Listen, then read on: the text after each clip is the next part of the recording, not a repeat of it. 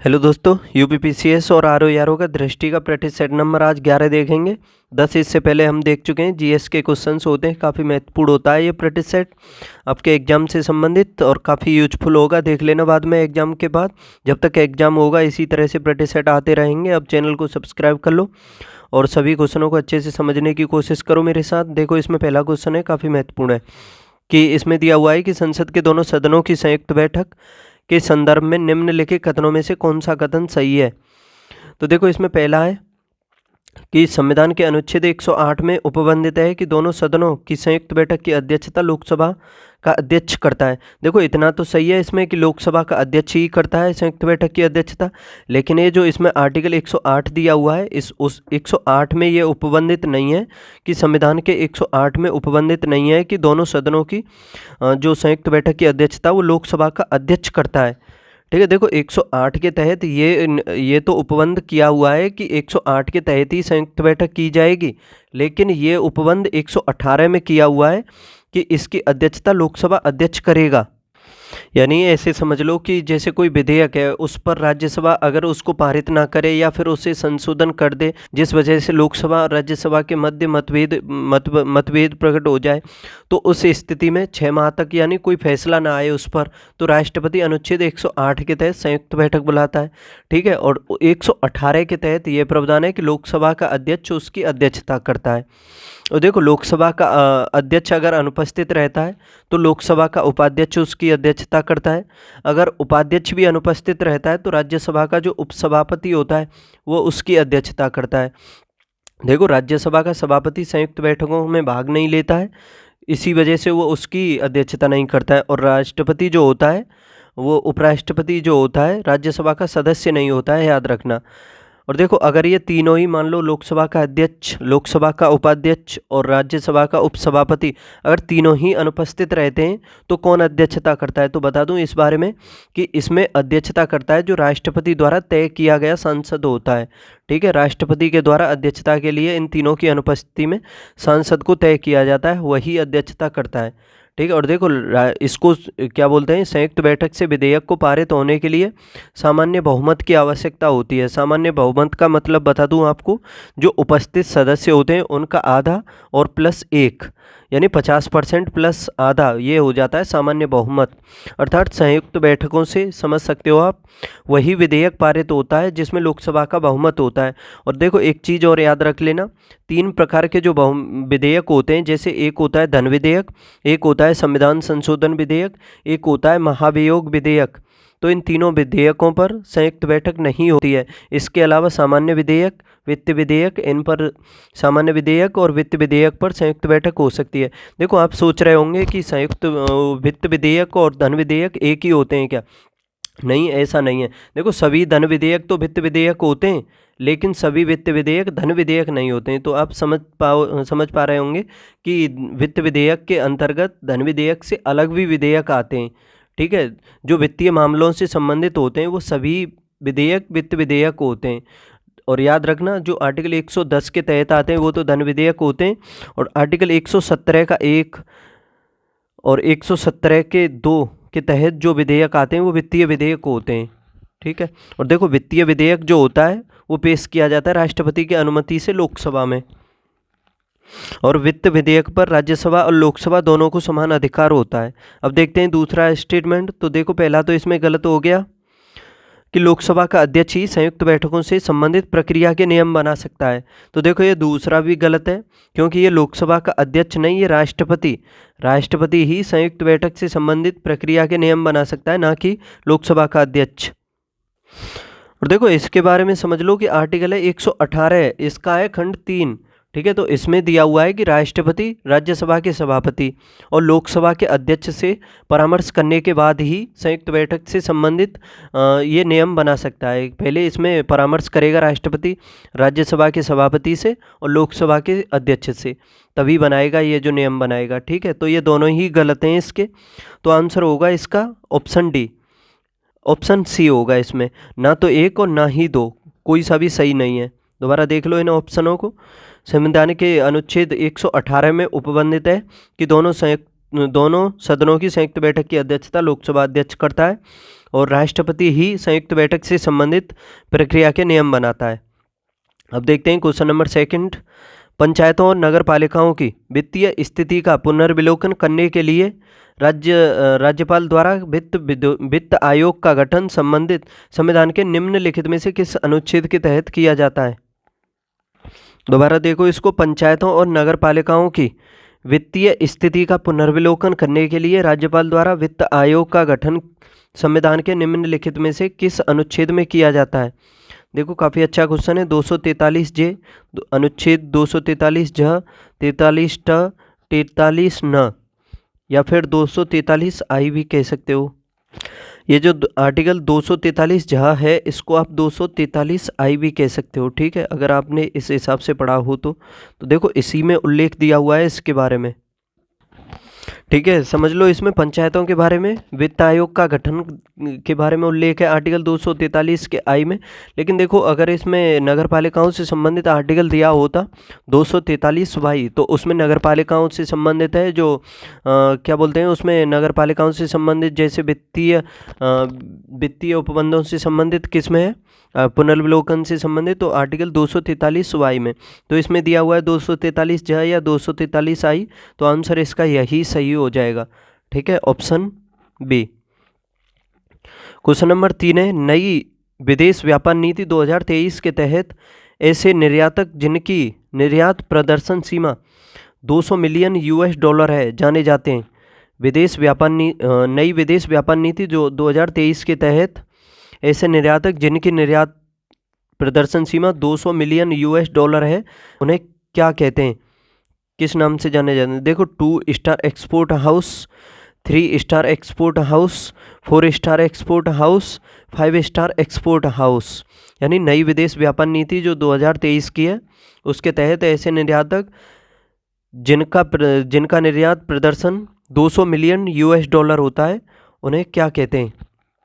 देखो बता दूं, इसमें दोबारा समझने की कोशिश करना, अच्छे से समझना इसे कि 1 स्टार यानी 1 स्टार, जैसे कि ये नई विदेश व्यापार नीति 2023 की जारी की गई है, तो इसमें देखो 1 star, 2 star, 3 star, 4 star, 5 star, इस हिसाब से इनकी स्थिति यानी श्रेणी एक्सपोर्ट अलग अलग बांटा गया है। तो उसी हिसाब से समझ सकते हो कि जिसकी जो निर्यात प्रदर्शन सीमा है तकरीबन 3 मिलियन यूएस डॉलर तक होती है, तो उसको हम 1 स्टार में रखते हैं। और जिसकी निर्यात प्रदर्शन सीमा 15 मिलियन यूएस डॉलर तक होती है उसको 2 स्टार में रखते हैं, ठीक है। और जिसकी निर्यात प्रदर्शन सीमा 50 मिलियन यूएस डॉलर तक होती है उसको हम 3 स्टार में रखते हैं। और जिसकी 200 मिलियन यूएस डॉलर तक होती है निर्यात सीमा उसको हम 4 स्टार में रखते हैं। तो देखो इसका आंसर हो जाएगा 4 स्टार, ऑप्शन सी हो जाएगा इसका सही जवाब, ठीक है। लेकिन 800 मिलियन, अगर 800 मिलियन यूएस डॉलर से अधिक होती है तो उसको हम 5 स्टार में रखते हैं। दोबारा देखो, जिसकी निर्यात प्रदर्शन सीमा 3 मिलियन डॉलर होती है उसको हम रखते हैं 1 स्टार में, और जिसकी 3 से अधिक यानी 15 तक होती है तो उसको रखते हैं हम 2 स्टार में। जिसकी 50 मिलियन डॉलर होती है उसको 3 स्टार में, 200 होती है उसको 4 स्टार में, और जिसकी 800 से अधिक होती है उसको 5 स्टार में, ठीक है। तो सही जवाब हो जाएगा इसका ऑप्शन सी। भारत के नियंत्रक महालेखा परीक्षक के संबंध में निम्नलिखित कथनों पर विचार कीजिए, यानी सीएजी के बारे में उल्लेख है आर्टिकल 148 से 151 तक। तो इसके बारे में कथन दिए हुए हैं, ये देखना है। जैसे कि देखो इसमें पहला है, नियंत्रक महालेखा परीक्षक राष्ट्रपति के प्रसाद पर्यंत पद धारण करता है और उसे राष्ट्रपति द्वारा पदच्युत किया जा सकता है।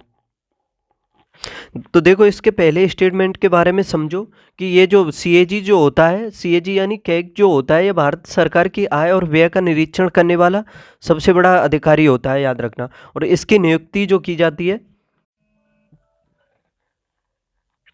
वो राष्ट्रपति के द्वारा ही की जाती है और शपथ भी राष्ट्रपति के द्वारा ही दिलाई जाती है और इसको राष्ट्र का आर्थिक संरक्षक भी कहा जाता है। लेकिन ये याद रखना, ये राष्ट्रपति के प्रसाद पर्यंत पद धारण नहीं करता है और ना इसे राष्ट्रपति के द्वारा पद से हटाया जा सकता है। तो किस हिसाब से हटाया जा सकता है? CAG को उसी हिसाब से हटाया जा सकता है जिस हिसाब से उसको क्या बोलते हैं, उच्चतम न्यायालय के न्यायाधीश को हटाया जाता है। तो देखो ये पहला इस वजह से इसमें गलत हो जाता है। ठीक है, वो महान्यायवादी होता है जो राष्ट्रपति के प्रसाद पर्यंत पद धारण करता है और राष्ट्रपति के द्वारा ही हटाया जाता है। लेकिन ये CAG इसको उच्चतम न्यायालय के उच्चतम न्यायालय के न्यायाधीश के अनुसार ही पद से हटाया जाता है और 6 वर्ष या 65 वर्ष की आयु तक अपने पद पर रहता है। ठीक है, और देखो इसका वेतन भत्ते के बारे में बता दूं। इसका जो वेतन भत्ता निर्धारित किया जाता है वो संसद के द्वारा ही किया जाता है। नियुक्ति के पश्चात उसमें कोई कमी नहीं की जा सकती है और भारत की संचित निधि से ही दिया जाता है। ठीक है, और ये CAG रहते हुए कोई लाभ का पद धारण नहीं कर सकता है, याद रखना। और इसके कार्य और शक्तियों के बारे में उल्लेख है आर्टिकल 149 में, याद रखना। संघीय और राज्य सरकार के ये अधीन आय और व्यय का निरीक्षण कर सकता है, काफ़ी महत्वपूर्ण हो जाता है। और 150 भी पढ़ा होगा आपने, उसमें संघ और राज्य के लेखाओं का प्रारूप राष्ट्रपति द्वारा CAG की सलाह से ही तैयार किया जाता है, याद रखना। ठीक है, तो देखो पहला इसमें गलत है। दूसरा है नियंत्रक महालेखा परीक्षक के कार्यालय के प्रशासनिक व्यय भारत की संचित निधि पर ही भारित होते हैं। तो देखो ये दूसरा सही है, इसमें पहला गलत है, तो केवल 2 इसका सही जवाब हो जाएगा। क्वेश्चन नंबर 5 है, निम्नलिखित में से कौन सी एक विशिष्टता एकता व्यवस्था की नहीं है? देखो एकता व्यवस्था, आपने दिल्ली सल्तनत को पढ़ा होगा तो इसको भी पढ़ा होगा। देखो दिल्ली सल्तनत पर जैसे 5 वंशों ने शासन किया, उसमें पहला वंश हुआ गुलाम वंश। कुतुबुद्दीन ऐबक ने उसकी स्थापना की, लेकिन वास्तविक सुल्तान उसमें इल्तुतमिश को कहा जाता है और ये इलबारी तुर्क था, इसी वजह से गुलाम वंश को इलबारी तुर्क भी कहा जाता है, याद रखना। तो देखो एकता व्यवस्था की शुरुआत की थी इल्तुतमिश ने, और एकता के बारे में बता दूं मैं क्या क्या मतलब है, सब कुछ समझ लो कि एकता प्रथा की शुरुआत की गई इल्तुतमिश के द्वारा। देखो युद्ध के दौरान जो लूटी हुई संपत्ति और हड़पी हुई संपत्ति होती थी उसको सैनिकों में बांट दिया जाता था, और युद्ध के बाद सैनिकों या सेनापतियों को दिए जाने वाले प्रांत जो होते थे उन्हें एकता कहा जाता था। एकता किन्हें कहा जाता था? युद्ध के बाद सैनिकों या सेनापतियों को दिए जाने वाले जो प्रांत होते थे उन्हें एकता कहा जाता था। और देखो जिसको ये एकता या प्रांत दिए जाते थे उसको इक्तेदार कहा जाता था, और वहाँ से जो वसूला जाने वाला कर होता था उसी को कहा जाता था इक्तेदारी। ठीक है, तो याद रखना एकता ये काफ़ी महत्वपूर्ण हो जाती है, इल्तुतमिश से संबंधित है। पहला है इसमें एकता एक राजस्व एकत्रित करने की व्यवस्था थी। तो देखो इसमें जो ये पहला दिया हुआ है एकता एक राजस्व एकत्रित करने की व्यवस्था थी, ये सही है। इसमें क्यों सही है? देखो इस एकता व्यवस्था के तहत देखा जाए तो एकता के जो धारक होते थे यानी एकतादार या फिर मुफ्ती भी कह सकते हो, उसको उस भू क्षेत्र से राजस्व और करों को एकत्रित करने की जिम्मेदारी दी जाती थी। और देखो एकता से एकत्रित राजस्व सीधा, ये महत्वपूर्ण पॉइंट है कि एकता से जो राजस्व एकत्रित किया जाता था वो सीधा सुल्तान के खाते में नहीं जाता था, और वह राजस्व से पता है मुफ्ती अपने सैनिक यानी सैन्य और प्रशासनिक व्यय पूरे करता था, तथा उसे इस राजस्व से देखा जाए तो सुल्तान की सेवा के लिए सैनिक रखने पड़ते थे। ठीक है, ये जो राजस्व आता था इक्तेदारी से वो सीधा राजस्व सुल्तान के खाते में नहीं जाता था, वो जो वहाँ पर इक्तेदार या मुफ्ती जो होता था उस राजस्व से सैन्य और प्रशासनिक व्यय पूरा करता था, और इस राजस्व से ही सुल्तान की सेवा के लिए वो सैनिक रखता था। ठीक है, तो देखो ये पहला इसमें सही है। दूसरा है सियासतनामा एकता व्यवस्था की जानकारी का स्रोत है। तो देखो ये भी सही है, एकता व्यवस्था की जानकारी का स्रोत क्या है? सियासतनामा। तीसरा है इसमें एकता से एकत्रित राजस्व सीधा सुल्तान के खाते में जाता था क्या? तो देखो सीधा सुल्तान के खाते में नहीं जाता था, बताया था मैंने अभी कि जो राजस्व था वो इक्तेदार यानी मुफ्ती अपने सैन्य और प्रशासनिक व्यय पूरा करने के लिए अपने पास रखता था, और उस राजस्व से ही सुल्तान की सेवा के लिए सैनिक रखता था। ठीक है, तो ये तीसरा गलत है इसमें। चौथा है इसमें मुफ्ती को एकता से एकत्रित राजस्व से सैनिक रखने पड़ते थे। तो देखो ये सही है, इसका आंसर हो जाएगा ऑप्शन सी। क्वेश्चन नंबर 6 देखते हैं। संविधान के निम्नलिखित में से किस अनुच्छेद में यह उपबंधित है कि उच्चतम न्यायालय द्वारा घोषित विधि भारत के सभी न्यायालयों के लिए बाध्यकारी होगी? संविधान के निम्नलिखित में से किस अनुच्छेद में यह उपबंधित है कि उच्चतम न्यायालय द्वारा घोषित विधि भारत के सभी न्यायालयों के लिए बाध्यकारी होगी? किस आर्टिकल में दिया हुआ है? तो देखो याद रखना, आर्टिकल 141, इसका हो जाएगा ऑप्शन डी सही। आर्टिकल 141 में ये प्रावधान किया हुआ है कि उच्चतम न्यायालय के द्वारा जो विधि बनाई जाएगी वो भारत के संपूर्ण क्षेत्र में लागू होगी और सभी न्यायालयों पर बाध्यकारी होगी, यानी सभी को मानना होगा उसको, कोई भी उसका उल्लंघन नहीं कर सकता है। ऑप्शन डी इसका सही हो जाएगा। क्वेश्चन नंबर 7 है, निम्नलिखित में से कौन सा एक मौलिक कर्तव्य नहीं है? मौलिक कर्तव्य कौन सा नहीं है? पहला है भारत की प्रभुता, एकता और अखंडता की रक्षा करना, ये तो है। दूसरा है इसमें प्राकृतिक पर्यावरण की रक्षा और उसका समर्थन करना। तीसरा है अंतर्राष्ट्रीय शांति और सुरक्षा की अभिवृद्धि करना। और डी है इसमें वैज्ञानिक दृष्टिकोण की भावना का विकास करना। तो देखो इसमें जो ये ऑप्शन सी दिया हुआ है, अंतर्राष्ट्रीय शांति और सुरक्षा की अभिवृद्धि करना, तो ये तो आप समझ पा रहे होंगे आर्टिकल 51 से संबंधित है। और जो मौलिक कर्तव्य हैं वो 51A में दिए हुए हैं, ठीक है। तो ये 51 में दिया हुआ है अंतर्राष्ट्रीय शांति और सुरक्षा की अभिवृद्धि के बारे में, ये राज्य का नीति निर्देशक तत्वों में है, ये जो ऑप्शन सी है। बाकी ये तीनों प्राकृतिक पर्यावरण की रक्षा करना और उसका संवर्धन करना, ये मूल कर्तव्य है। और वैज्ञानिक दृष्टिकोण की भावना का विकास करना, ये भी मूल कर्तव्य है। तो इसका जो ऑप्शन सी दिया हुआ है ये राज्य का नीति निर्देशक तत्व है, अंतर्राष्ट्रीय शांति और सुरक्षा की अभिवृद्धि करना। और देखो आर्टिकल 50 कार्यपालिका और न्यायपालिका का पृथक्करण है। नेक्स्ट देखते हैं, निम्नलिखित आयोगों में से किसे संवैधानिक दर्जा प्राप्त नहीं है?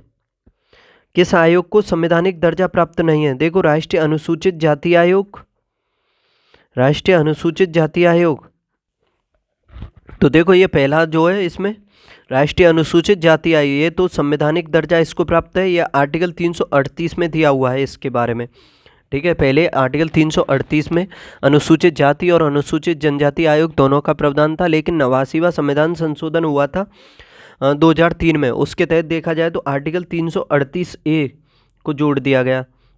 देखो किसी आर्टिकल के बाद अगर कैपिटल में ABCD में से कुछ लिखा हो तो समझ लेना उसको संविधान संशोधन के माध्यम से जोड़ा गया है, ठीक है। फिर इसको आर्टिकल 338A को जोड़ा गया तो इसमें प्रावधान कर दिया राष्ट्रीय अनुसूचित जनजाति आयोग का, यानी STJ का, ठीक है। फिर उसके बाद एक और संविधान संशोधन हुआ, 102वां संविधान संशोधन हुआ 2018 में, और उसके द्वारा आर्टिकल 338B को जोड़ दिया और उसमें प्रावधान कर दिया ये राष्ट्रीय पिछड़ा वर्ग आयोग का, यानी OBC का, राष्ट्रीय पिछड़ा वर्ग आयोग यानी OBC का उसमें प्रावधान कर दिया और ये आर्टिकल बना दिया 338B। लेकिन ये जो राष्ट्रीय अल्पसंख्यक आयोग है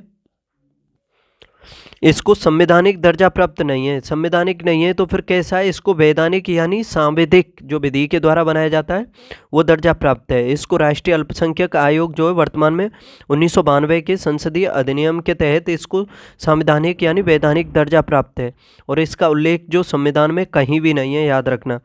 तो इसका आंसर हो जाएगा ऑप्शन सी, राष्ट्रीय अल्पसंख्यक आयोग। क्वेश्चन नंबर 9 है अब आपके सामने, राज्य के विधानमंडल के सचिवालय में पदों के संदर्भ में निम्नलिखित में से कौन सा या कौन से कथन सही है? राज्य के विधानमंडल के बारे में देखना है, उसके सचिवालय के बारे में। पहला है इसमें विधान परिषद वाले राज्य में विधानमंडल के दोनों सदनों के लिए पृथक सचिवालय होगा तथा उनके लिए सम्मिलित पदों का सृजन नहीं किया जाएगा। देखो इस कथन को पहले वाले को कि विधान परिषद वाले राज्य में विधानमंडल के दोनों सदनों के लिए, जैसे विधानसभा और विधान परिषद, उसमें पृथक सचिवालय होगा, इतना सही है, ये आर्टिकल 187 में दिया हुआ है। लेकिन इसमें जो आगे दिया हुआ है सम्मिलित पदों का सृजन नहीं किया जा सकता, तो देखो इसमें यह दिया हुआ है कि इसके लिए सम्मिलित पदों का सृजन किया जा सकता है, यानी विधान परिषद वाले राज्य में विधानमंडल के दोनों सदनों के लिए जैसे विधानसभा और विधान परिषद दोनों के सदनों के लिए सम्मिलित पदों का सृजन किया जा सकता है, याद रखना। तो ये पहला इस वजह से गलत है, इसमें दिया हुआ है सम्मिलित पदों का सृजन नहीं किया जा सकता, तो किया जा सकता है, याद रखना। आर्टिकल 187 में दिया हुआ है ये। और देखो विधान परिषद जो 6 राज्यों में है वर्तमान में, एक है आपका यूपी, बिहार है, और आपका आंध्र प्रदेश, तेलंगाना है, महाराष्ट्र और कर्नाटक। इन 6 राज्यों में विधान परिषद का प्रावधान है वर्तमान में। देखो सेकंड कथन है इसमें, राज्य विधानमंडल को अपने सदनों के सचिवीय कर्मचारियों की सेवा की शर्तों के विनियमन की शक्ति प्राप्त है। दूसरा देख लो इसमें कि राज्य विधानमंडल को अपने सदनों के सचिवीय कर्मचारियों की सेवा की शर्तों के विनियमन की शक्ति प्राप्त है। तो देखो ये दूसरा सही है, राज्य के विधानमंडल को अपने सदनों के सचिवीय कर्मचारियों की सेवा की शर्तों की विनियमन की शक्ति प्राप्त है, तो ये दूसरा सही है, पहला गलत है इसमें। केवल 2। आगे देखते हैं, भारतीय संविधान के अनुच्छेद 158 के शीर्षक के संबंध में निम्नलिखित कथनों में से कौन सा सही है। अनुच्छेद 158 के शीर्षक के संबंध में कौन सा सही है, यानी आर्टिकल 158 में क्या प्रावधान है ये देख लो। देखो ये राज्यपाल से संबंधित हैं सभी जो प्रावधान है आपके सामने। इसमें पहला देखो, राज्य की कार्यपालिका शक्ति का विस्तार। राज्य की कार्यपालिका शक्ति का जो विस्तार है वो आर्टिकल 162 में दिया हुआ है। किसमें? आर्टिकल 162 में। और देखो ऑप्शन बी में इसमें राज्यपाल नियुक्त होने की अर्हताएं यानी योग्यताएं। तो देखो भारत का राज्यपाल जब किसी राज्य का राज्यपाल बनना है तो उसको भारत का नागरिक होना चाहिए, न्यूनतम आयु 35 वर्ष होनी चाहिए। न्यूनतम आयु 35 वर्ष राज्यपाल, उपराष्ट्रपति और राष्ट्रपति के लिए होनी चाहिए, याद रखना। किसी भी लाभ के पद पर नहीं होना चाहिए। विधानसभा का सदस्य बनने की योग्यता रखता हो वही व्यक्ति बन सकता है राज्यपाल किसी राज्य का। ठीक है, तो ये प्रावधान है आर्टिकल 157 में। किसमें? 157 में, याद रखना। तीसरा है राज्यपाल के पद के लिए शर्तें। तो ये प्रावधान है आर्टिकल 158 में और यही इसका आंसर होगा। ठीक है, आर्टिकल 158 में इसकी शर्तों के बारे में दिया हुआ है। जैसे 58 का 1 कहता है कि राज्यपाल राज्य के विधानमंडल के किसी भी सदन का सदस्य नहीं हो सकता। आर्टिकल 158 का 2 कहता है कि कार्यकाल के दौरान वह किसी भी लाभ के पद को धारण नहीं कर सकता। आर्टिकल 158 का 3 कहता है कि नियुक्ति के पश्चात उसके वेतन और भत्तों में कोई कमी नहीं की जाएगी, वृद्धि भले ही की जा सकती है। और वेतन जो भत्ते हैं इसके वो उपलब्धियां कहते हैं उन्हें। ठीक है, याद रखना। और राज्यपाल का जो वेतन दिया जाता है वो राज्य की संचित निधि के माध्यम से दिया जाता है, लेकिन इसकी पेंशन जो दी जाएगी आगे वो भारत की संचित निधि से दी जाएगी। और देखो राज्यपाल को शपथ दिलाता है राष्ट्रपति, वो नहीं नियुक्त करता है राष्ट्रपति, लेकिन शपथ दिलाता है उस राज्य का मुख्य न्यायाधीश उच्च न्यायालय का। ठीक है, और चौथा देखो, राज्यपाल द्वारा शपथ का प्रतिज्ञान यानी शपथ के बारे में आर्टिकल 159 में दिया हुआ है। तो इस वजह से इसका ऑप्शन सी जो है ये सही हो जाएगा। अब देखो सूची फर्स्ट का सूची सेकंड से मिलान करना है। एक साइड में राजवंश है और एक साइड में राजधानी है। पल्लवों की राजधानी कहाँ पर थी? पल्लव जो राजवंश हुए थे उनकी राजधानी जो थी कांचीपुरम में थी, याद रखना। एक का हो जाएगा 2 यानी कांची में। और पांड्यों की राजधानी थी मदुरा में। ठीक है, तो पांड्यों का ये हो जाएगा सी हो जाएगा, बी का 3 हो जाएगा। यादवों की राजधानी थी देवगिरी। यादवों की राजधानी देवगिरी थी 4। ठीक है, और काकातीय वंश ये वारंगल, इनकी काकातीय वंश की वारंगल थी। इसका डी का हो जाएगा 1। ठीक है, 2 3 4 1 इसका सही आंसर होगा 2 3 4 1 ऑप्शन बी। क्वेश्चन नंबर 12, निम्नलिखित में से कौन सा युग्म सुमेलित नहीं है? देखो एक साइड में शाखाओं के नाम लिखे हुए हैं और एक साइड में उससे संबंधित किस किस का अध्ययन किया जाता है। तो देखो एक्थोलॉजी में ये पूछा है इसमें कौन सा सुमेलित नहीं है। ठीक है, एक्थोलॉजी में अध्ययन किया जाता है मछलियों का, तो सही है ये। तो एंथोलॉजी में ये फूलों का अध्ययन किया जाता है। फाइकोलॉजी में शैवालों का अध्ययन किया जाता है फाइकोलॉजी में। लेकिन ये जो सोरोलॉजी है इसमें अध्ययन करते हैं हम छिपकलियों का। किसका? लिख देता हूँ, छिपकलियों का। ठीक है, इसमें सांपों का अध्ययन नहीं करते हैं, छिपकलियों का अध्ययन करते हैं। और देखो सांपों के अध्ययन को क्या कहते हैं, ओफियोलॉजी कहते हैं, या सर्पेंटोलॉजी भी कह सकते हो, ओफियोलॉजी भी कह सकते हो, या फिर सर्पेंटोलॉजी भी कह सकते हो। लेकिन ये जो सोरोलॉजी है ये छिपकलियों का अध्ययन कहलाता है। देखो एक्थोलॉजी मछलियों का अध्ययन, एंथोलॉजी फूलों का अध्ययन, फाइकोलॉजी शैवालों का अध्ययन। तो सही जवाब हो जाएगा ऑप्शन डी। क्वेश्चन नंबर 13, कौन सा वर्णक वनस्पतियों को पराबैंगनी किरणों के दुष्प्रभाव से बचाता है? कौन सा वर्णक है जो वनस्पतियों को पराबैंगनी किरणों के दुष्प्रभाव से बचाता है?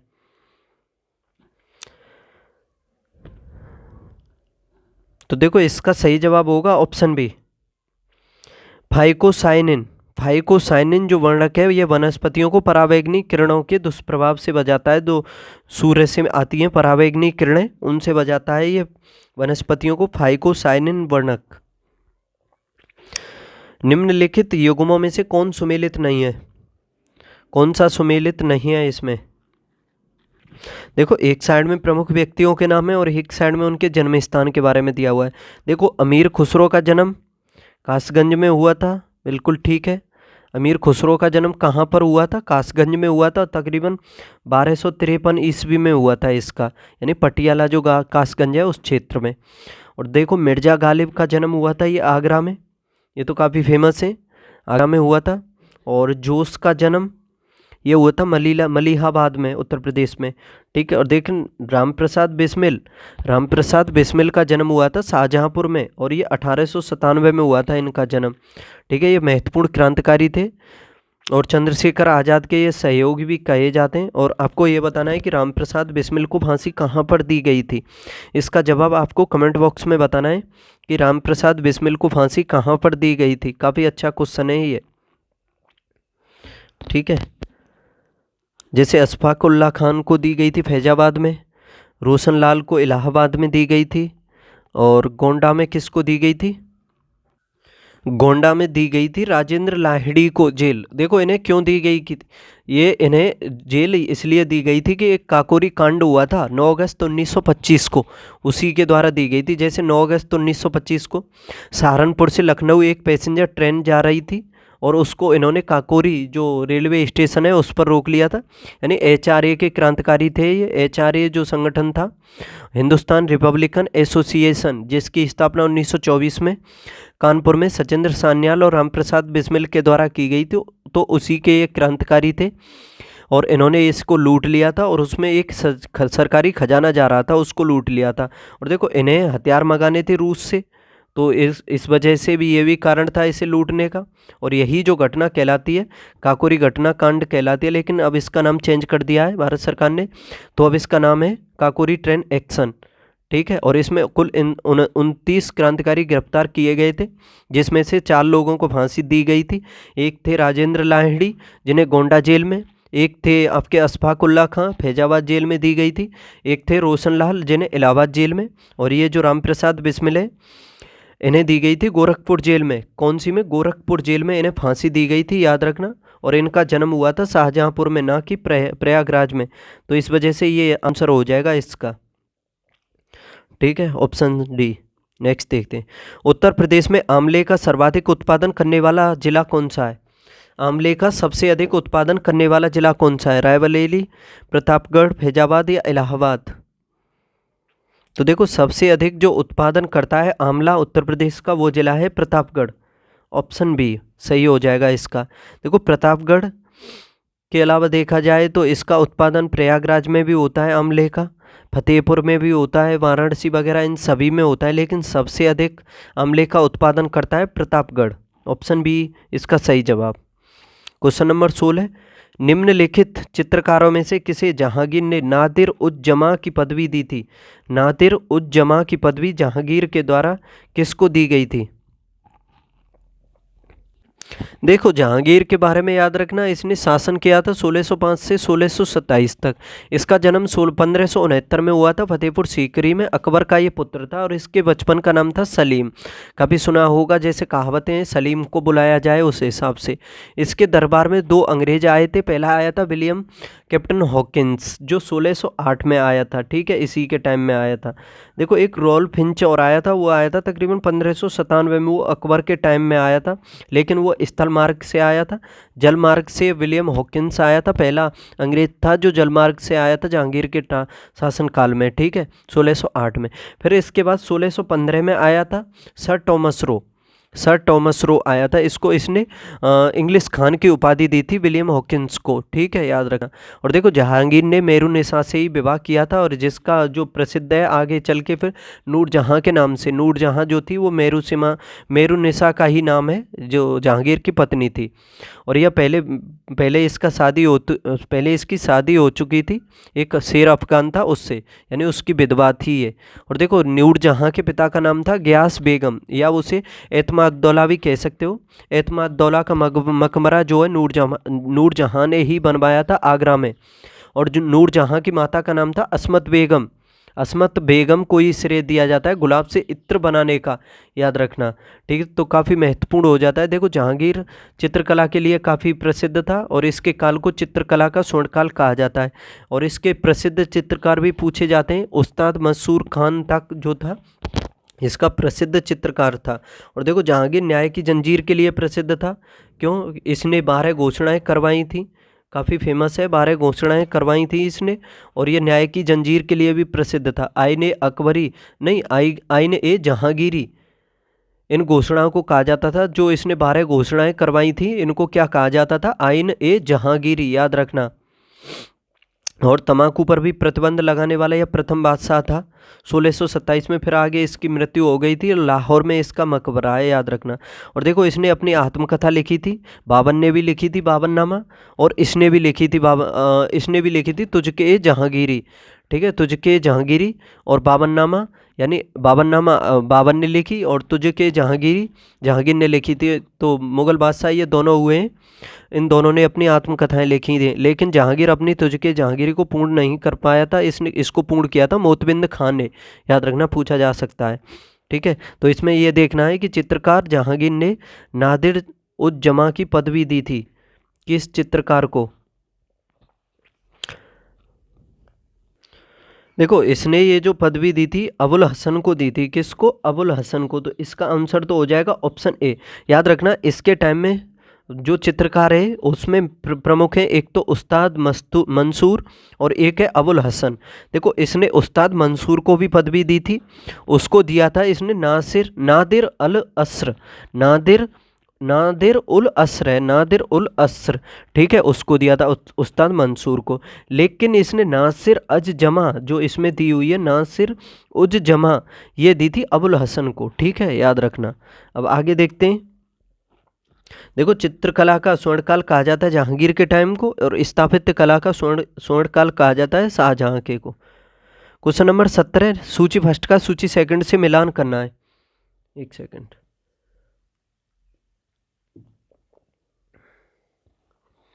देखो एक साइड में रोगों के नाम है और एक साइड में कारक लिखे हुए हैं। देखो दमा रोग का कारक क्या है? दमा रोग का कारक है एस्परजिलस फ्यूमिगेटस। तो ए का हो जाएगा 4, एस्परजिलस फ्यूमिगेटस, ए का 4 हो गया। खाज का जो खाज हो जाती है, जैसे खजला कहते हो किसी को, जैसे खाज हो जाती है तो उसको आप मजाक में खजला कह देते हो, तो उसी हिसाब से समझ सकते हो। खाज का कारक होता है आपका एक्केरस स्केबियस, एक्केरस स्केबिएई, ठीक है। तो ए का बी का हो जाएगा 2। गंजापन जब हो जाता है तो उस गंजापन का कारक क्या है? टीनिया कैपिटिस,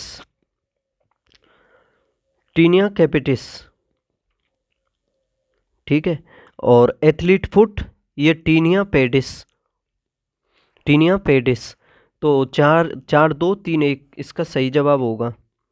तो अब कौन सा है इसका? Option B. क्वेश्चन नंबर 18, निम्नलिखित कथनों में कौन सा या कौन से कथन सही है? सही उत्तर का चयन कीजिए और नीचे दिए गए कूट का प्रयोग करिए। देखो पहला है इसमें, श्वेत रक्त कणिका का निर्माण अस्थिमज्जा तथा लिम्फ नोड में होता है। श्वेत रक्त कणिका का निर्माण अस्थिमज्जा तथा लिम्फ नोड में होता है। देखो श्वेत रक्त कणिका यानी WBC, इसका निर्माण अस्थिमज्जा, लिम्फ नोड, यकृत एवं प्लीहा इन चारों में होता है, याद रखना। तो इसका ये पहला सही हो जाएगा, ठीक है। और दूसरा है श्वेत रक्त कणिका का कार्य शरीर को रोगों के संक्रमण से बचाना है, तो बिल्कुल सही है। WBC यानी इनका जो कार्य है वो शरीर को बाहरी रोगों से संक्रमण से बचाना है, और इसका जीवन काल 20 से 120 दिन होता है। तो देखो इसका जीवन काल होता है 2 से 4 दिन, कितना 2 से 4 दिन होता है, ना कि 120 दिन। तो 120 दिन तो RBC का होता है, तो ये गलत है। 1 और 2 सही है, ठीक है, 1 और 2 सही है। आगे देखो भोजन में उपस्थित हानिकारक जीवाणुओं को नष्ट करने वाला एंजाइम है। भोजन में जो हानिकारक जीवाणु उपस्थित होते हैं उसको नष्ट करने वाला एंजाइम कौन सा है? Pepsin, rennin, lysozyme, ptyalin. तो देखो इसका सही जवाब होगा ऑप्शन सी। जो ये लाइसोजाइम एंजाइम है ये भोजन में जो हानिकारक जीवाणु होते हैं उनको नष्ट कर देता है। और देखो टाइलिन के बारे में भी जान लो। टाइलिन जो है ये भोजन में उपस्थित मंड यानी मंड जो है, मंड को शर्करा में अपघटित करता है। मंड को शर्करा में कौन बदलता है? तो ये टाइलिन एंजाइम जो है ये। लेकिन आप ये याद रखना लाइसोजाइम भोजन में हानिकारक जीवाणुओं को नष्ट करता है। आगे देखते हैं, निम्नलिखित युग्मों में कौन सा सही सुमेलित नहीं है? नींबू में डाइबैक रोग क्या आयरन की कमी से होता है? देखो नींबू में डाइबैक रोग जो होता है ये तांबे की कमी से होता है, ना कि आयरन की कमी से। तो ये पहला गलत हो जाएगा, तांबा कर दो इसमें। तांबे की कमी से होता है नींबू में डाइबैक रोग। और आगे देखो धान में खैरा रोग ये जस्ते की कमी से होता है। चुकंदर में हॉट रोग बोरोन की कमी से होता है। पत्ता गोभी में वेब पटेल रोग मोलिब्डेनम की कमी से होता है, ठीक है। तो देखो धान में लगता है जस्ता, धान में खैरा रोग लगता है जस्ता की कमी से। चुकंदर में हॉट रोग लगता है बोरोन की कमी से। पत्ता गोभी में वेब पटेल रोग लगता है मोलिब्डेनम की कमी से, ठीक है। देखो मूंगफली में और लगता है टिक्का रोग, रस्ट रोग गेहूं में लगता है, ठीक है। तो काफ़ी फेमस हैं ये। आगे देखते हैं अब क्वेश्चन नंबर 21। इसमें मिलान करना है सूची फर्स्ट का सेकंड में। देखो एक साइड में लिखे हुए हैं सूची फर्स्ट में उत्तर प्रदेश पर्यटन द्वारा आयोजित मेला या त्यौहार, और एक साइड में जो मेला और त्यौहार हैं उसके आयोजन स्थलों के बारे में। देखो पशु मेला कहाँ पर होता है? पशु मेला जो होता है ये आपका बटेश्वर में होता है, याद रखना। तो एक का हो जाएगा 3। ध्रुपद मेला ये भी काफ़ी फेमस है, पूछा जाता है। ध्रुपद मेला होता है वाराणसी में, बी का हो जाएगा 4। और आपका गोविंद साहब मेला ये होता है अम्बेडकर नगर में, इसका 2 हो जाएगा। और माघ मेला होता है प्रयागराज में। और देखो पशु मेला भी पूछा जाता है, इसे आप याद रखना बटेश्वर आगरा में पड़ता है, ये आगरा में ही होता है, ठीक है। इसके अलावा एक है कैलाश मेला, वो भी आगरा में होता है। एक राम बारात भी होती है आगरा में, ठीक है। और आपका गणगौर मेला भी आगरा में ही होता है, याद रखना, ठीक है। और देखो प्रयागराज में ये माघ मेला होता है, ये बता दिया मैंने। इसके अलावा प्रयागराज में दशहरा रामदल भी होता है। और क्या बताऊं, जैसे एक है इसमें आपके सामने वाराणसी में तो ये मैं फेमस ही है ये ध्रुपद मेला वाराणसी में। इसके अलावा संकट मोचन संगीत समारोह भी होता है, कार्तिक पूर्णिमा देव दीपावली भी होती है। और प्रयागराज में माघ मेला काफ़ी महत्वपूर्ण हो जाता है, तो इसको आप अच्छे से रट लेना कि प्रयागराज में माघ मेला होता है। उसके अलावा देखो देवा शरीफ मेला होता है, देवा शरीफ यानी बाराबंकी में होता है, वो पूछा जाता है। धदरी मेला भी पूछा जाता है आपसे, बलिया में होता है धदरी मेला, ठीक है। नवरात्रि मेला भी होता है बलरामपुर में। और श्री कृष्ण जन्माष्टमी तो ब्रज क्षेत्र में होती है। मटकी मेला होता है ब्रज क्षेत्र में। उसके अलावा और क्या बताऊं, देखो एक नक्कटैया मेला भी है, वो होता है चैतगंज वाराणसी में, वो भी याद रख लेना, ठीक है। रामलीला मेला जो होता है वो वाराणसी में होता है। और नौचंदी मेला भी पूछा जाता है, नौचंदी मेला होता है मेरठ में, ठीक है। कालिंजर मेला, कालिंजर दुर्ग जो बांदा में है उसी हिसाब से समझ सकते हो, बांदा में होता है। कामपिल्ले भी पूछा जाता है फर्रुखाबाद में। तो इसका सही जवाब हो जाएगा 3 4 2 1 3 4 2 1 ऑप्शन ए। देखो जैविक कृषि का या के लाभ हैं, जैविक कृषि के लाभ क्या हैं? जैविक कृषि को भारत में अपनाने वाला तकरीबन 75% जैविक कृषि करने वाला पहला राज्य है सिक्किम, याद रखना सिक्किम। तो देखो पहला जैविक कृषि से संबंधित पहला है इसमें कि स्थानीय रूप से बने जैविक आगतों का प्रयोग। तो देखो स्थानीय रूप से बने जैविक आगतों का प्रयोग, ये लाभ हैं इसके जैविक कृषि के। सस्ते आगतों के कारण निवेश पर अधिक प्रतिफल, तो ये भी ठीक है। बढ़ती मांग के कारण निर्यात से अधिक आय की संभावना, तो समझ सकते हो ये तीनों ही इससे संबंधित हैं। जैविक कृषि के लाभ हैं, पर्यावरण को भी फायदा होता है, इससे काफ़ी लाभदायक होती है स्वास्थ्य के लिए भी जैविक कृषि। शुद्ध रूप से देखा जाए तो यानी पदार्थ इससे प्राप्त होते हैं नेचुरल, प्रकृति से, ठीक है। मिलावट में कमी होती है, काफ़ी स्वास्थ्य के लिए स्वास्थ्यवर्धक होते हैं, समझ सकते हो। इसमें उर्वरकों का, संकर बीजों का, इन सभी का प्रयोग कम किया जाता है। इसमें जैविक आगतों का इसमें प्रयोग किया जाता है, कीटनाशकों का, इस सभी का प्रयोग इसमें कम किया जाता है, ठीक है। आगे देखते हैं अब कथन है और कारण है। कथन है इसमें रासायनिक उर्वरकों और विषजन्य कीटनाशकों के कारण मृदा की उर्वरता क्षीण हो जाती है और हमारे प्राकृतिक पर्यावरण का विनाश होता है। दोबारा देखो, रासायनिक उर्वरकों और विषजन्य कीटनाशकों के कारण मृदा की उर्वरता क्षीण हो जाती है और हमारे प्राकृतिक पर्यावरण का विनाश होता है। तो देखो मैंने अभी बताया था जैविक कृषि, वो तो पर्यावरण के लिए लाभदायक बताई थी, और उसमें ये बताया था कि जैविक कृषि में संकर बीजों, रासायनिक उर्वरकों और कीटनाशकों का प्रयोग कम होता है, यानी होता ही नहीं है। उसके स्थान पर जैविक जो पदार्थ हैं जैसे खाद, गोबर खाद वगैरह, इन सभी का प्रयोग होता है, तो वो लाभदायक होती है पर्यावरण के लिए। लेकिन ये जो रासायनिक उर्वरक, विषजन्य कीटनाशक, ये सभी हैं, इससे मृदा क्षीण भी होती है और प्राकृतिक पर्यावरण का विनाश भी होता है। तो समझ सकते हो ये पहला सही है इसमें। दूसरा है भारतीय कृषि पूरी तरह से जैविक उर्वरकों और कीटनाशकों पर आधारित है। देखो ये की पॉइंट होते हैं, पूरी तरह से, केवल, मात्र, ओनली, सभी। तो ये सभी समझ लेना 95% वो ऑप्शन गलत ही होगा। तो सभी जगह जैविक कृषि नहीं है, कुछ कुछ जगह है, जैसे सिक्किम है स्पेशली, उसमें अधिकतर देखा जाए तो पंजाब, हरियाणा में तो उर्वरकों का ही अधिकतम इस्तेमाल है, जिस वजह से वहाँ की भूमि जो है लवड़ीय यानी उसकी उपजाऊ क्षमता कम हो रही है। तो समझ सकते हो ये सही गलत हो जाएगा, दूसरा जो है, पहला सही है ओनली इसमें।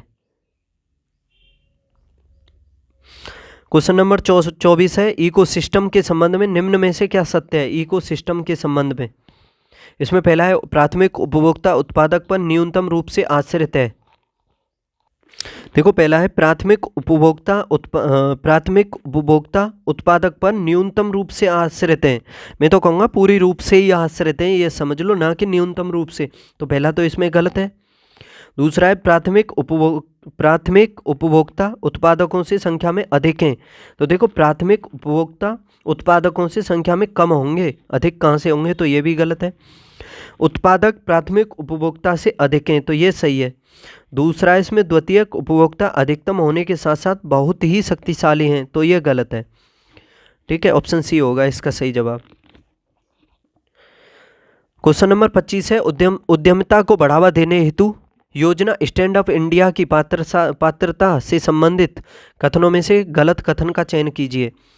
काफ़ी अच्छा क्वेश्चन है। देखो, उद्यमिता को बढ़ावा देने हेतु योजना स्टैंड अप इंडिया, इसकी पात्रता से संबंधित कथनों से कौन सा कथन गलत है, ये देखना है।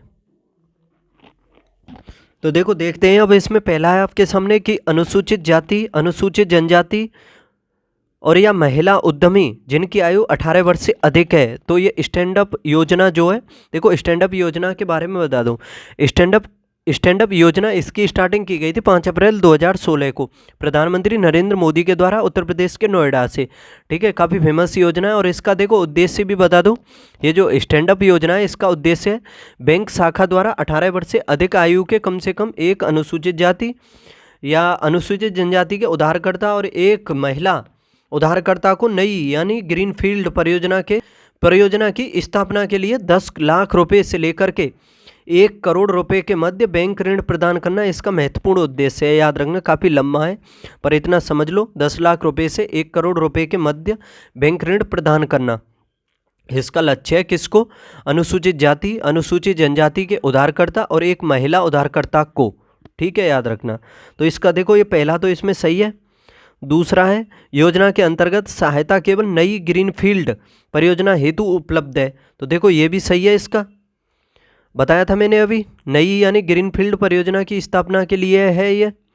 और तीसरा है इसमें गैर व्यक्ति उद्यम के संदर्भ में 51% शेयरधारिता या नियंत्रण हिस्सेदारी अनुसूचित जाति या अनुसूचित जनजाति या महिला उद्यमी के पास होनी चाहिए, 51%। तो देखो इसमें गैर व्यक्ति उद्यम के मामले में देखा जाए तो 51% जो शेयरधारिता व नियंत्रण हिस्सेदारी है अनुसूचित जाति, अनुसूचित जनजाति या महिला उद्यमी के पास होना चाहिए। तो ये इसका सही है जवाब। और ऑप्शन डी में देखो योजना के तहत नई ग्रीनफील्ड परियोजना की स्थापना हेतु 10 लाख रुपए से 50 लाख रुपए के मध्य बैंक ऋण प्राप्त होगा। तो बताया मैंने अभी 10 लाख से लेकर के 1 करोड़, 1 करोड़ ना कि 50 लाख। तो ये गलत है इसका, और यही जवाब है इसका, जो गलत है वही पूछा है इसमें। क्वेश्चन नंबर 26 है overdraft saving the Indian saver पुस्तक के लेखक कौन है? डी सुब्बाराव, रघुराम राजन, शक्तिकांत दास, उर्जित पटेल। तो देखो इस पुस्तक के लेखक हैं भारतीय रिजर्व बैंक के पूर्व गवर्नर हैं ये उर्जित पटेल। कौन है? उर्जित पटेल। तो ऑप्शन डी इसका सही जवाब हो जाएगा। Overdraft saving the Indian saver पुस्तक के लेखक हैं उर्जित पटेल। एक मनुष्य के जीवन को पूर्ण रूप से धारणीय करने के लिए आवश्यक न्यूनतम भूमि को क्या कहा जाता है? मनुष्य के जीवन को पूर्ण रूप से धारणीय करने के लिए आवश्यक न्यूनतम भूमि को क्या कहा जाता है? जीवजात, पारिस्थितिकीय पदछाप, जीवोम या निकेत? बताओ क्या कहा जाता है? देखो याद रखना, मनुष्य के जीवन को एक पूर्ण रूप से धारणीय करने के लिए आवश्यक जो न्यूनतम भूमि होती है उसको कहा जाता है पदछाप, यानी पारिस्थितिकीय पदछाप कहा जाता है। पारिस्थितिकीय पदछाप यानी पारिस्थितिकीय घटकों की वह आवश्यक न्यूनतम भूमि जो मनुष्य को उसकी जीवन शैली को सुचारू बनाने के लिए आवश्यक होती है, उसको हम पारिस्थितिकीय पदछाप कहते हैं। ठीक है, क्या कहते हैं? पारिस्थितिकीय पदछाप। इसके अंतर्गत हम मनुष्य द्वारा कार्बन उत्सर्जन का भी मापन करते हैं, याद रखना। इसी के अंतर्गत जो मानव के द्वारा कार्बन उत्सर्जन किया जाता है उसका भी मापन करते हैं। तो इसका हो जाएगा ऑप्शन बी। क्वेश्चन नंबर 28 है भौतिक और मानव पूंजी के निर्माण में भौतिक और मानव पूंजी निर्माण के संदर्भ में निम्नलिखित कथनों पर विचार कीजिए। भौतिक और मानव पूंजी, पहला है इसमें भौतिक और मानव पूंजी निर्माण दोनों ही सुविचारित निवेश निर्णयों का परिणाम होते हैं। देखो काफ़ी अच्छा क्वेश्चन है ये। देखो भौतिक और मानव पूंजी निर्माण दोनों ही सुविचारित निवेश निर्णयों का परिणाम होते हैं। ठीक है, तो ये दोनों ही सही है, ये पहला सही है इसमें। और देखो भौतिक पूंजी में निवेश का निर्णय अपने ज्ञान के आधार पर ही लिया जाता है, याद रखना। और देखो भौतिक पूंजी का स्वामित्व तो उस व्यक्ति के निर्णय का परिणाम होता है, जहां भौतिक पूंजी निर्माण मुख्यतः देखा जाए तो एक आर्थिक और तकनीकी प्रक्रिया होता है।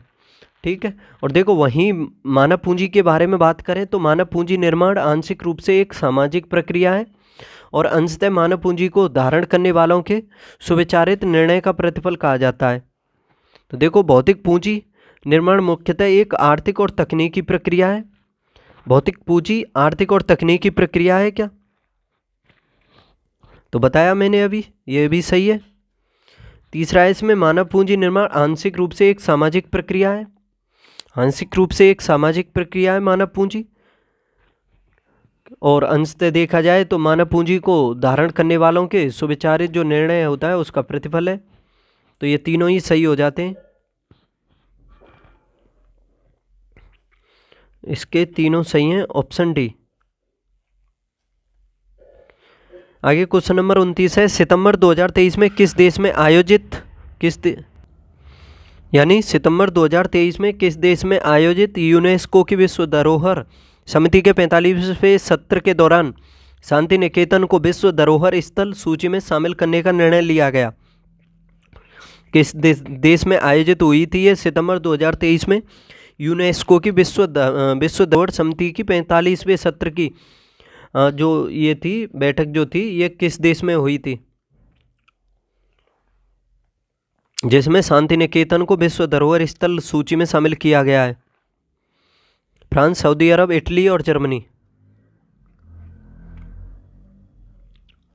तो देखो ये रियाद है, सऊदी अरब का शहर, वहाँ पर हुई थी यूनेस्को की विश्व धरोहर की 45वीं बैठक हुई थी रियाद में, सऊदी अरब में।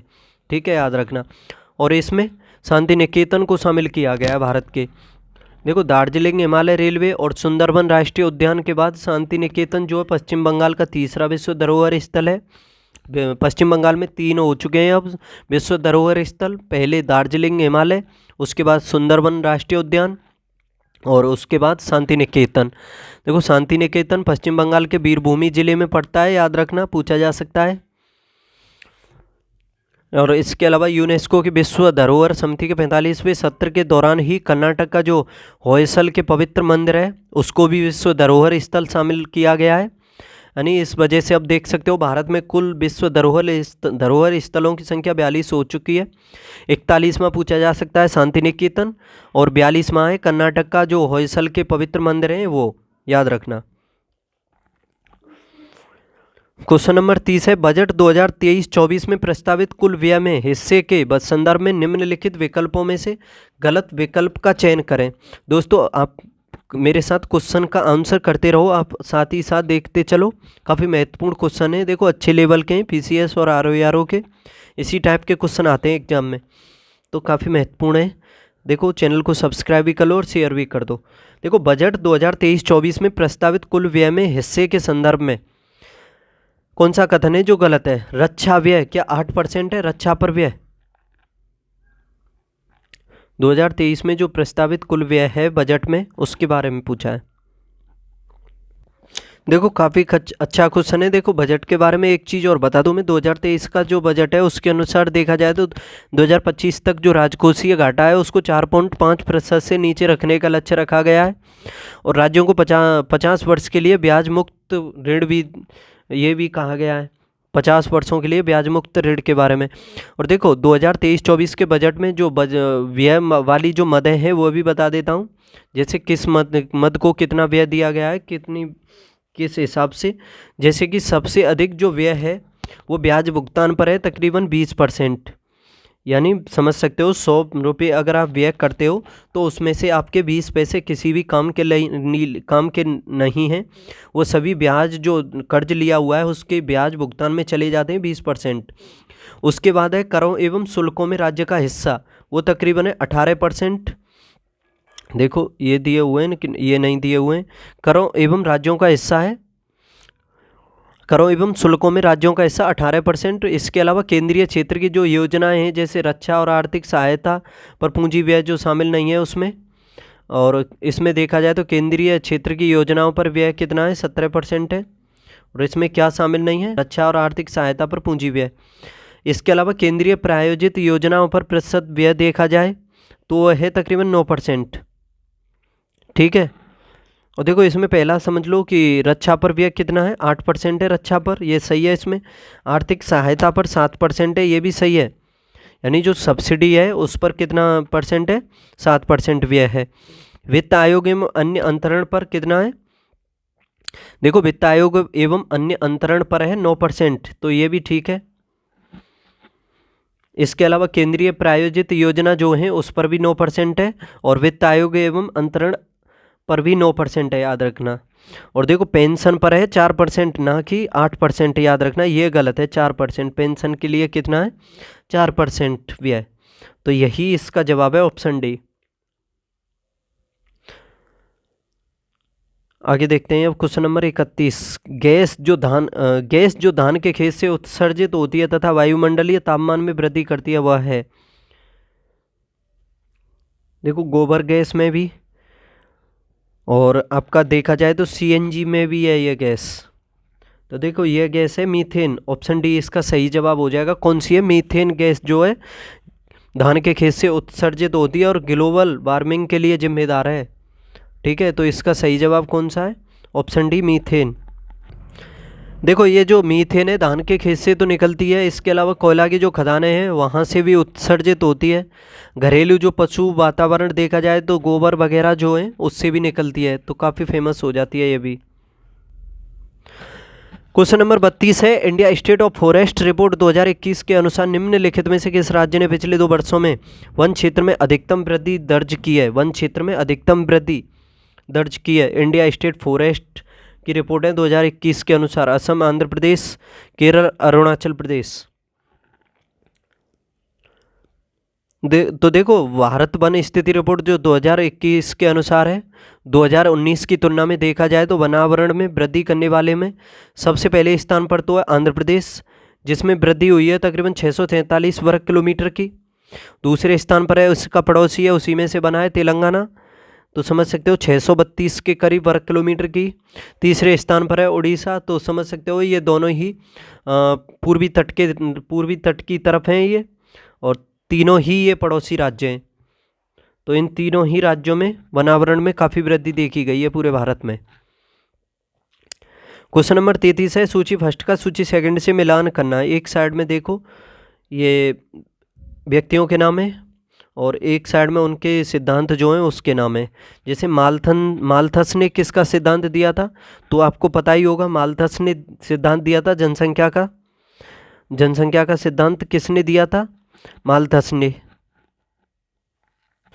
और देखो, माल्थस ने इस जनसंख्या सिद्धांत में कहा था कि जो जनसंख्या बढ़ रही है वो तो ज्यामितीय वृद्धि हो रही है उसमें, यानी जैसे 1 से 2, 2 से 4, 4 से 8, 8 से 16, 16 से 32, ठीक है। लेकिन जो संसाधन बढ़ रहे हैं, जो उनके लिए खाने की जो सामग्रियाँ जो बढ़ रही हैं, पदार्थ जो बढ़ रहे हैं, तो वो बढ़ रहे हैं अंकगणितीय वृद्धि में, जैसे 1, 2, 3, 4, 5 यानी गिनती के रूप में बढ़ रहे हैं।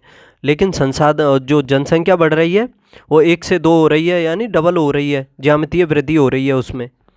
तो काफ़ी कह सकते हो भीषण संकट पैदा कर सकती है ये। और देखो, डाल्टन का कौन सा सिद्धांत है डाल्टन से संबंधित? ये अनुकूलतम जनसंख्या सिद्धांत है इसका। तो बी का हो जाएगा 1 और ए का हो जाएगा 2। और देखो, कोल एवं हूवर का जो सिद्धांत है वो जननांकिकीय संक्रमण का सिद्धांत है, तो इसका हो जाएगा 4। और ग्रिफिथ टेलर का सिद्धांत, ये 3 हो जाएगा। प्रवास कटबंध सिद्धांत है, इसका स्क्रीनशॉट ले सकते हो, इन्हें समझ लो। माल्थस का जनसंख्या सिद्धांत, डाल्टन का अनुकूलतम जनसंख्या सिद्धांत, कोल एवं हूवर का जननांकीय संक्रमण का सिद्धांत, ग्रिफिथ टेलर का प्रवास कटबंध सिद्धांत। 2, 1, 4, 3 इसका सही आंसर होगा, तो ऑप्शन डी। निम्नलिखित में से कौन एक यूनेस्को के जैव मंडल निश्चय की सूची में नहीं है? बताइए।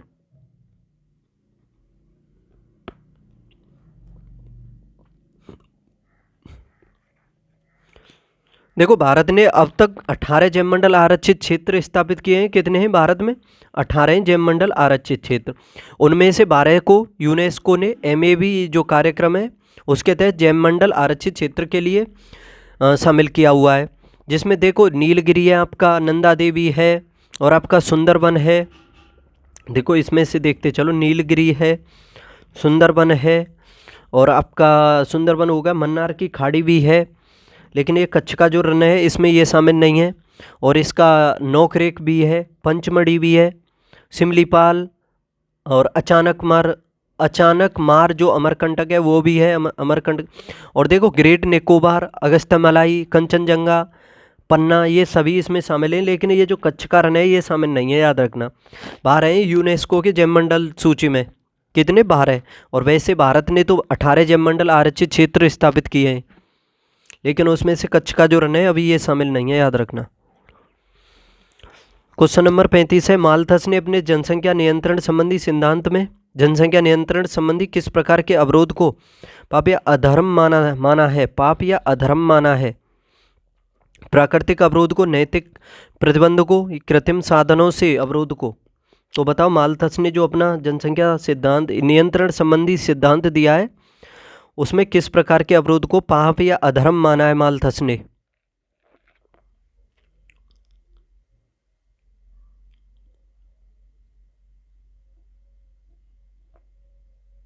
तो देखो, इसका सही जवाब होगा ऑप्शन सी, कृत्रिम साधनों से अवरोध को। कृत्रिम साधनों के अवरोध को ही माल्थस ने, देखा जाए तो जनसंख्या नियंत्रण संबंधी जो सिद्धांत है ये, इसमें पाप या अधर्म माना है इसको। ठीक है।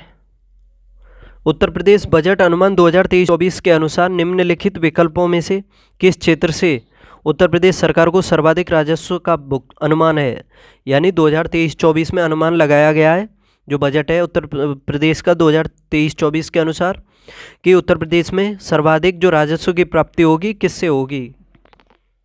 क्या भू राजस्व से, स्टाम्प एवं पंजीकरण शुल्क से, राज्य उत्पाद शुल्क से, या बिक्री या व्यापार कर से?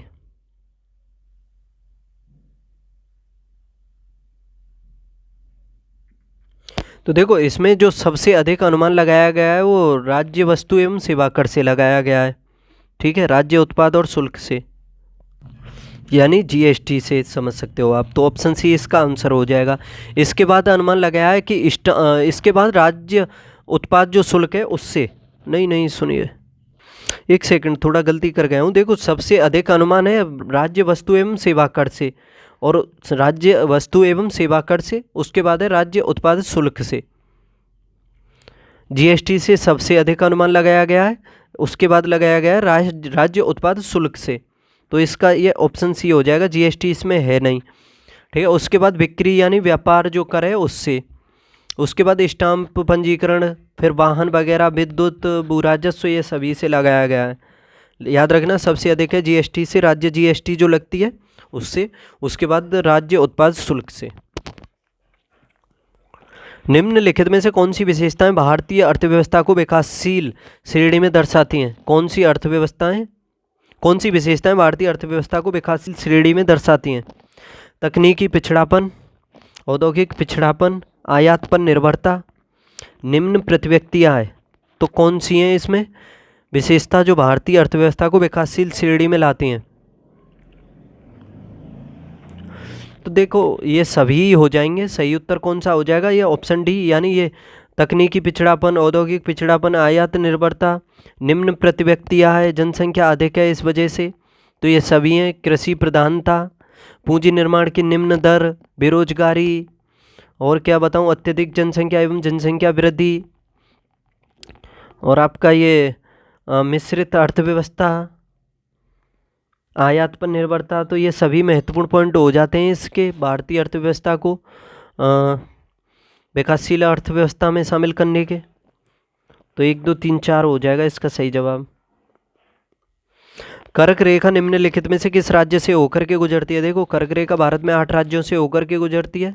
जैसे सबसे पहले गुजरती है गुजरात से, उसके बाद राजस्थान से, उसके बाद मध्य प्रदेश से, उसके बाद छत्तीसगढ़ से, ठीक है, उसके बाद फिर झारखंड से निकलती है, और झारखंड से आगे फिर पश्चिम बंगाल से, झारखंड के पश्चिम बंगाल के बाद है आपका त्रिपुरा से, और फिर एंड में मिजोरम से, याद रखना। तो इस तरह से 8 राज्यों से निकलती है। देखो, गुजरात से भी निकलती है, छत्तीसगढ़ से भी, झारखंड से भी, लेकिन उत्तर प्रदेश से नहीं निकलती है। क्वेश्चन नंबर 39 है, मिलान करने सूची भ्रष्ट का सेकंड से। एक साइड में आयोग है वित्त आयोग के बारे में, और एक साइड में उसके अध्यक्ष के। देखो, 15वें वित्त आयोग के अध्यक्ष कौन थे? 15वें वित्त आयोग के अध्यक्ष थे NK सिंह। ए मिलान, ठीक है। 16वें के कौन है? अरविंद पनगड़िया।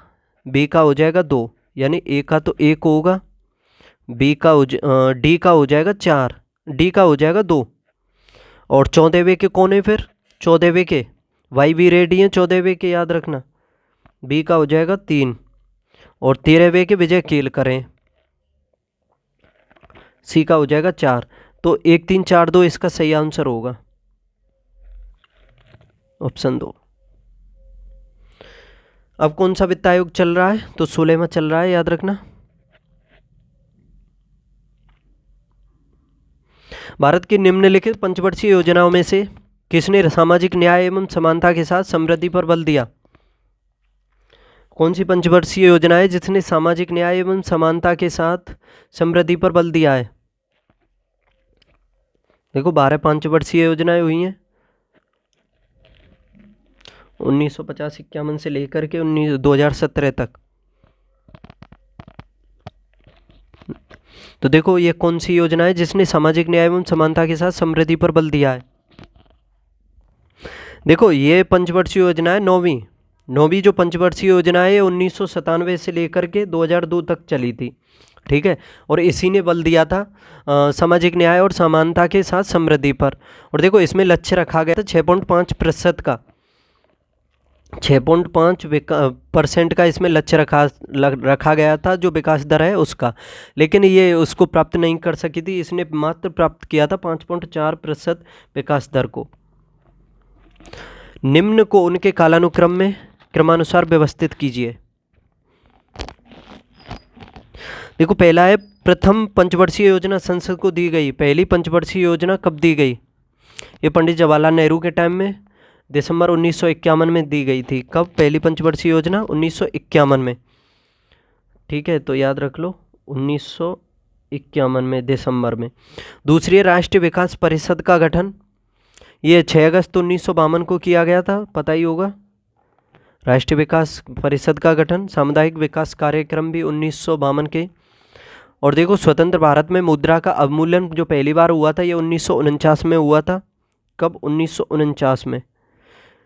और देखो भारत अंतर्राष्ट्रीय मुद्रा कोष का सदस्य कब बना था?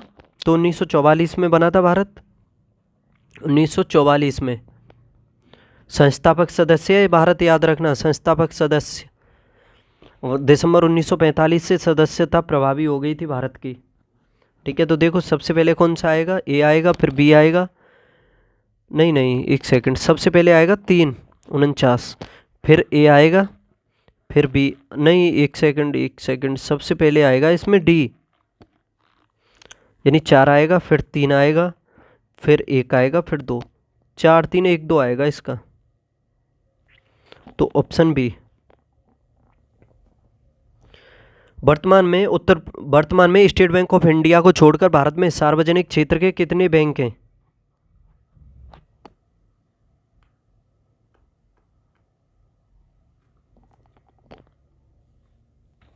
देखो काफ़ी अच्छा क्वेश्चन है ये। वर्तमान में स्टेट बैंक ऑफ इंडिया को छोड़ करके भारत में सार्वजनिक बैंकों की बात की जाए तो कितने? 11 हैं कुल। सार्वजनिक क्षेत्र के बैंक कितने? 11।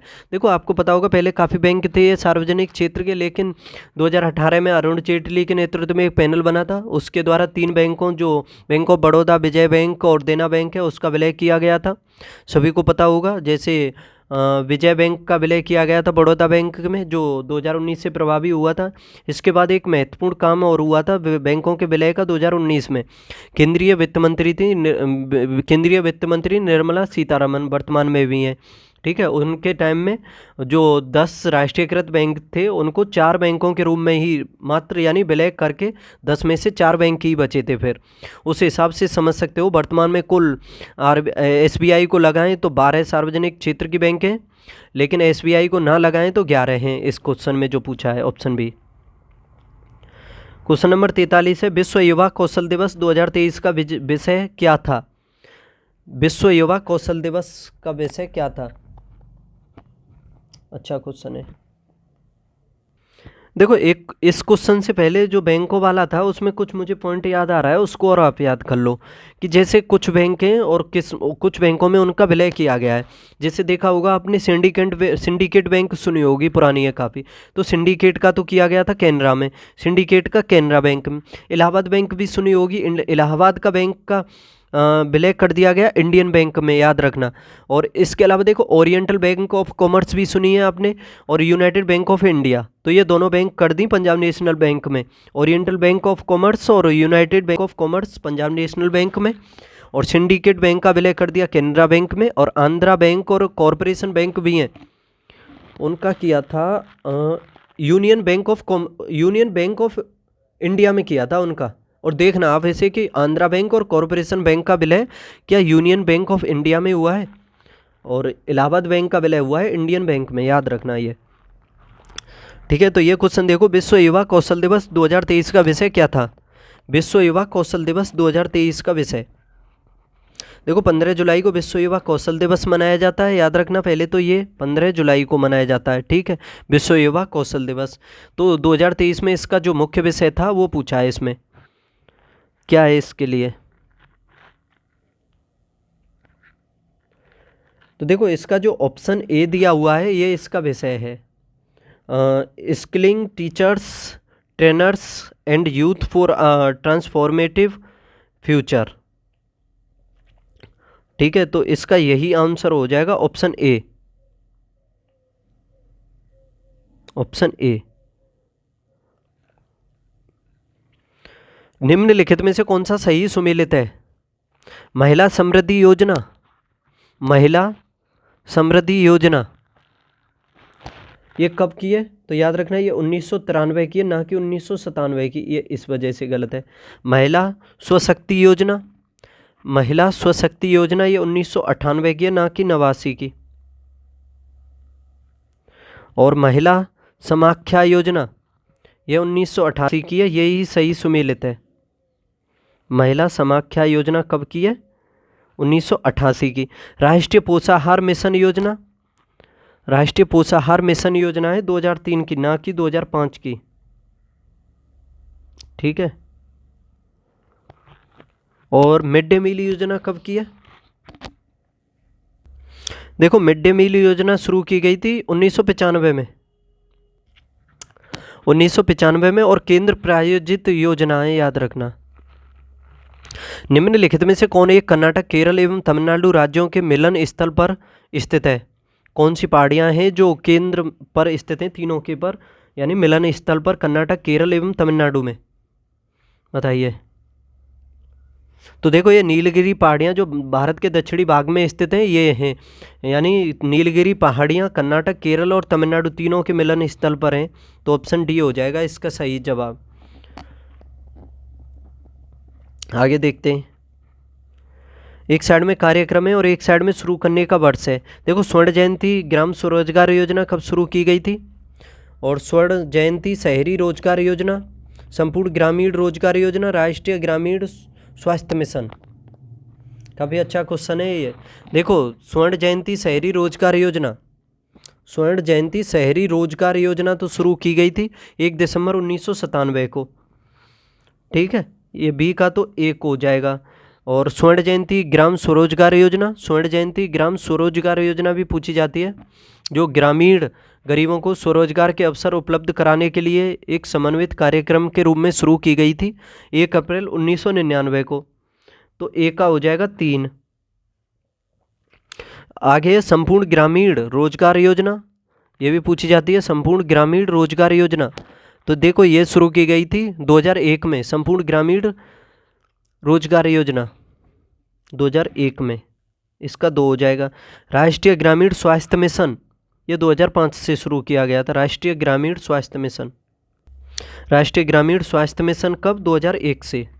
तो देखो आंसर क्या हो, राष्ट्रीय ग्रामीण स्वास्थ्य मिशन 2005 से। तो 3 1 2 4 इसका सही जवाब होगा ऑप्शन सी। क्वेश्चन नंबर 47 है। एक साइड में घटना और एक साइड में यौगिकों के बारे में है।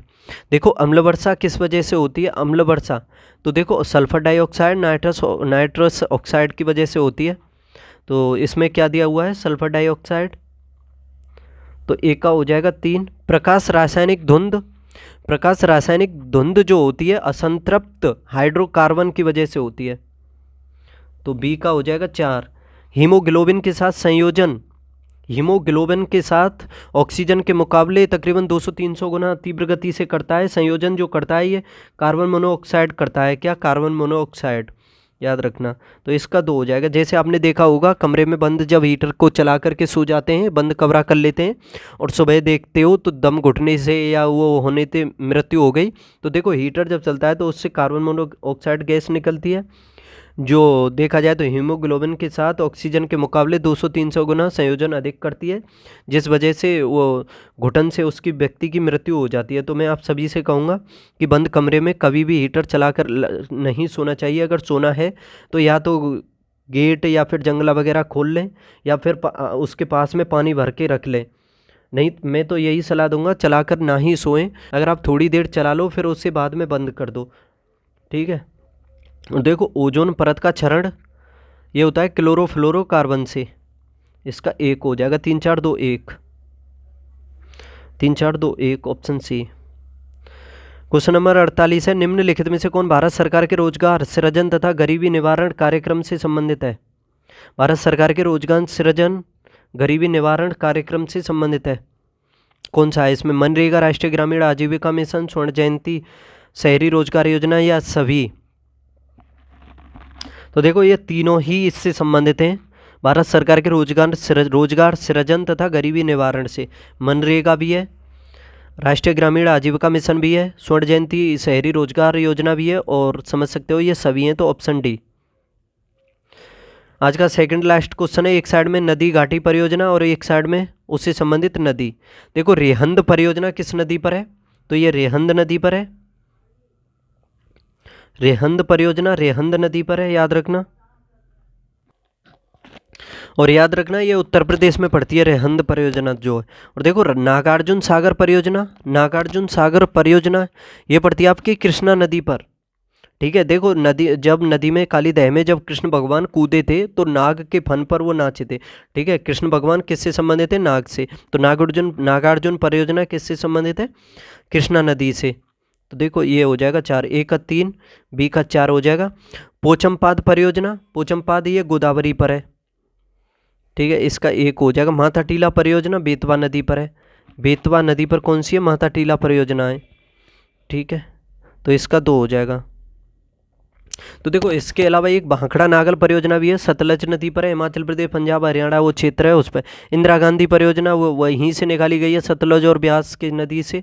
ठीक है, और आपकी एक है देखो चेनाब नदी है उसमें जम्मू कश्मीर में, चेनाब नदी की भी पूछी जाती हैं। चेनाब नदी पर है बगलियाहार और दुलहस्ती। इसके अलावा झेलम नदी भी जम्मू कश्मीर में पड़ती है, उस पर तुलबुल है, उरी है, और आपका बगलियाहार तो चेनाब पर है, तुलबुल, उरी, और एक और है मुझे याद नहीं आ रही है, उसे आप बताना कि झेलम नदी पर कौन सी परियोजना है। तुलबुल, उरी और एक और है, दुलहस्ती और बगलियाहार चेनाब पर है।